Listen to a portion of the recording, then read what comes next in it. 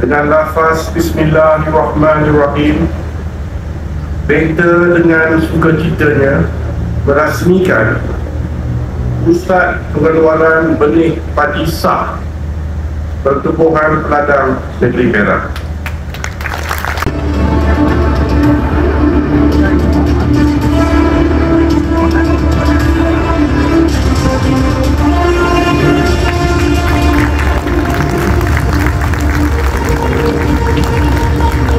Hari ini merupakan hari yang sangat bersejarah dalam KPKM apabila ke bawah Duli Yang Maha Mulia Tuanku Sultan Perak telah mencemar Duli dan merasmikan satu lagi loji benih padi sah yang baru bertempat di Parit Buntar yang mempunyai kapasiti 5,000 metrik tan setahun.